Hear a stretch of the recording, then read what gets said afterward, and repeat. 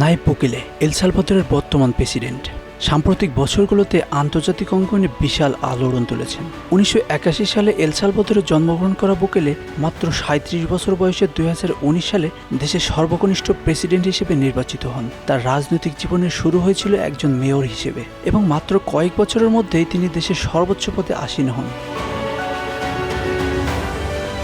বুকেলের নেতৃত্বের সবচেয়ে বড় বৈশিষ্ট্য হল তার আধুনিক এবং প্রযুক্তি নির্ভর দৃষ্টিভঙ্গি। তিনি নিজেকে প্রথাগত রাজনীতিবিদদের থেকে আলাদা করে তুলেছেন এবং নিজেকে একজন আধুনিককরণের নেতা হিসেবে প্রমাণ করেছেন। সোশ্যাল মিডিয়ার মাধ্যমে দেশের সাধারণ মানুষের সঙ্গে সরাসরি যোগাযোগ স্থাপন করে তিনি নতুন প্রজন্মের রাজনৈতিক প্রতীক হয়ে উঠেছেন। বুকেলের অন্যতম বড় কৃতিত্ব হল এল সালভাদরের অপরাধ দমনে তার কঠোর অবস্থান।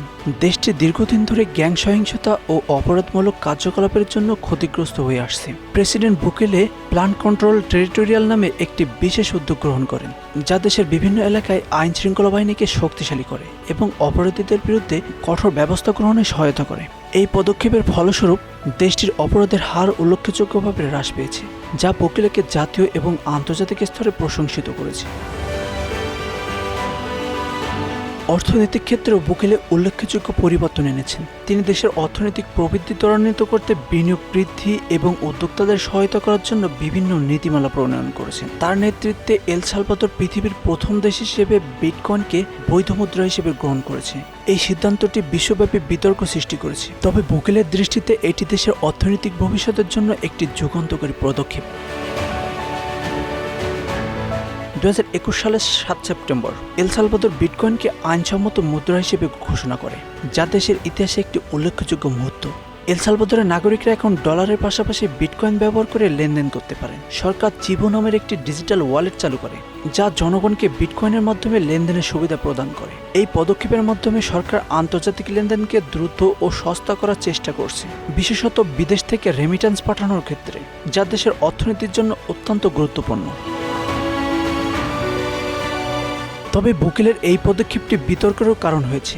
সমালোচকরা মনে করেন বিটকয়েনের মূল্য অস্থির হওয়ায় এটি দেশের অর্থনীতিকে বিপদের মুখে ফেলতে পারে। এছাড়াও দেশের সাধারণ জনগণের বড় একটি অংশ এখনও বিটকয়েনের ধারণা ও ব্যবহারের স্বাচ্ছন্দ্য বোধ করে না। তবে বুকেলের বিশ্বাস যে বিটকয়েনের বৈধতা দেশটির অর্থনীতিকে আরও শক্তিশালী করবে এবং নতুন বিনিয়োগকারীদের আকর্ষণ বৃদ্ধি করবে। বিটকয়েনের বৈধতা দেওয়ার পর এল সালভাদরের পর্যটন খাতে ইতিবাচক প্রভাব পড়েছে, যেখানে অনেক বিটকয়েন বিনিয়োগকারী ও উৎসাহী এল সালভাদরে ভ্রমণ শুরু করে। এছাড়াও বিটকয়েন ফান্ডের মাধ্যমে সরকার স্কুল ও হাসপাতাল নির্মাণের জন্য অর্থায়ন করছে, যা দেশের আর্থসামাজিক উন্নয়নে ভূমিকা রাখবে। তবে এই পদক্ষেপের মাধ্যমে বুকেলে দেশের ভবিষ্যৎকে একটি নতুন দৃষ্টিভঙ্গিতে নিয়ে গেছেন, যা ক্রিপ্টোকারেন্সির মাধ্যমে পরিচালিত অর্থনৈতিক ব্যবস্থার উপর নির্ভরশীল। তার এই উদ্যোগ বিশ্বজুড়ে প্রশংসিত ও সমালোচিত হলেও এটি নিঃসন্দেহে এল সালভাদরের অর্থনৈতিক ইতিহাসে একটি গুরুত্বপূর্ণ মাইলফলক হিসেবে বিবেচিত হবে। নাইব বুকেলের নেতৃত্বে এল সালভাদর একটি নতুন যুগে প্রবেশ করেছে, যা আধুনিক প্রযুক্তি, কঠোর আইন শৃঙ্খলা এবং অর্থনৈতিক উদ্ভাবন দ্বারা চিহ্নিত। তার ভবিষ্যৎ নেতৃত্ব ও ফলাফল নির্ভর করবে দেশের সাধারণ জনগণ এবং আন্তর্জাতিক সম্প্রদায়ের উপর। তবে এই মুহূর্তে তিনি নিঃসন্দেহে বিশ্বের অন্যতম আলোচিত নেতা। Asanur Rahman, Bangla affairs, news desk.